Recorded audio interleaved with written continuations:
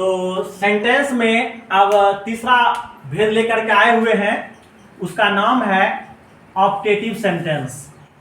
ठीक, देखिए इसका इंग्लिश में डिफिनेशन जान लेते हैं पहले।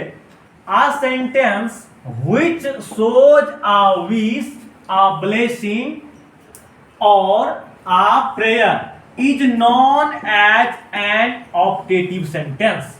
ये था इंग्लिश में डिफिनेशन। अब हिंदी में जान लेते हैं। ऐसे वाक्य इच्छा, प्रार्थना या शुभ कामना आदि दर्शाते हो, कामना सूचक वाक्य कहलाते हैं। अब देखिए, जब सेंटेंस बनाते समय कुछ ऐसे वर्ड्स की चर्चा करते हैं, वो लिखा हुआ है इंग्लिश में ऐसे वाक्य विश में से प्रारंभ होते हैं। किससे होते हैं? विश और में से प्रारंभ होते हैं ना। अब देखिए इसका एग्जाम्पल की बात करते हैं। आप एग्जाम्पल से आपको समझ में आ जाएंगे कि ये कैसे होते हैं। देखिए, आपकी यात्रा सुखद हो, मतलब इसका ट्रांसलेटेड कर रहे हैं कि wish you a happy journey, मतलब ये हुआ ब्लेसिंग, मतलब जो है आपको हम एक शुभकामना दे रहे हैं। आप कहीं जा रहे हैं तो आपको एक शुभकामना दे रहे हैं कि आपकी यात्रा सुखद हो, मंगलमय हो। ये हुआ हमें मतलब ब्लेसिंग देना, मतलब शुभकामना देना। आप देखिए फिर आगे कहता है कि आपका भाग्य हो, आपकी भाग्य दो हो। आप देखिए कहता है wish him best of luck, मतलब ये भी ब्लेसिंग हुआ, मतलब शुभकामना देना। तो कहने का मतलब हुआ कि आपका भाग्योदय हो, है ना। तो ये ब्लेसिंग।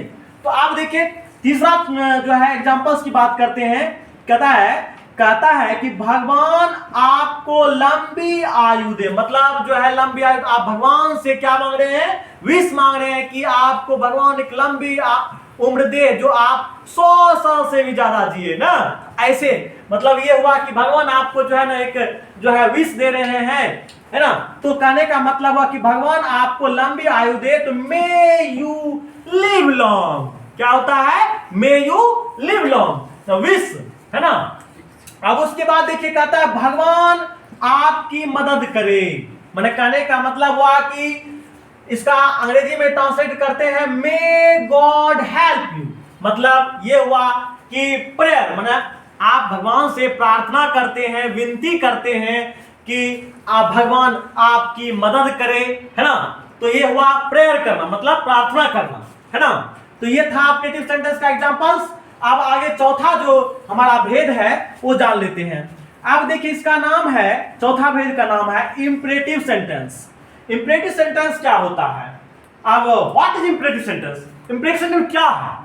अब देखिए कहता है a sentence which shows order, advice, suggestion, request is called an imperative sentence. ये था इंग्लिश में डिफिनेशन। अब इसका हिंदी में भी जान लेते हैं।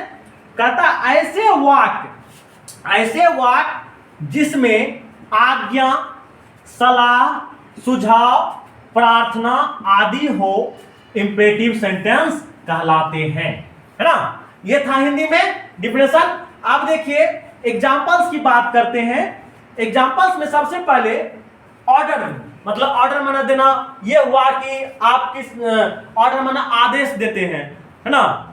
एक आप देखिए क्या कहते हैं इसको हम लोग, यहां आइए, मतलब हुआ कि कम हियर, यहां आइए, है ना। तो ये हुआ ऑर्डर देना। क्या हुआ? ऑर्डर, है ना। और उसके बाद देखिए अब फिर कह रहा है कि कृपया दरवाजा बंद कीजिए, मतलब ये हुआ कि आपसे रिक्वेस्ट करते हैं, विनती करते हैं कि कृपया दरवाजा बंद कीजिए। ये हुआ रिक्वेस्ट करना, मतलब विनती करना, है ना। अब फिर कहता है गरीबों की मदद करो, मतलब ये हुआ कि एडवाइस देना होता है कि गरीबों की मदद करो।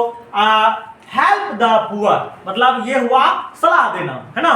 तो ये था हमारे इंपरेटिव सेंटेंस का एग्जांपल्स। ये इस तरह से हम ऑप्टेटिव सेंटेंस और इंपरेटिव सेंटेंस के बारे में मैं आपको अच्छे तरीका से बताए और उसको आप देखें और इसे अच्छे तरीका से जो है समझे, और उसके बाद हम आगे वीडियोज आपको अंतिम भेद जो है उस भेद का नाम होगा एक्सक्लेमेटरी सेंटेंस, जो मैं आपको अगले वीडियोज में बताऊंगा। तब तक नमस्ते।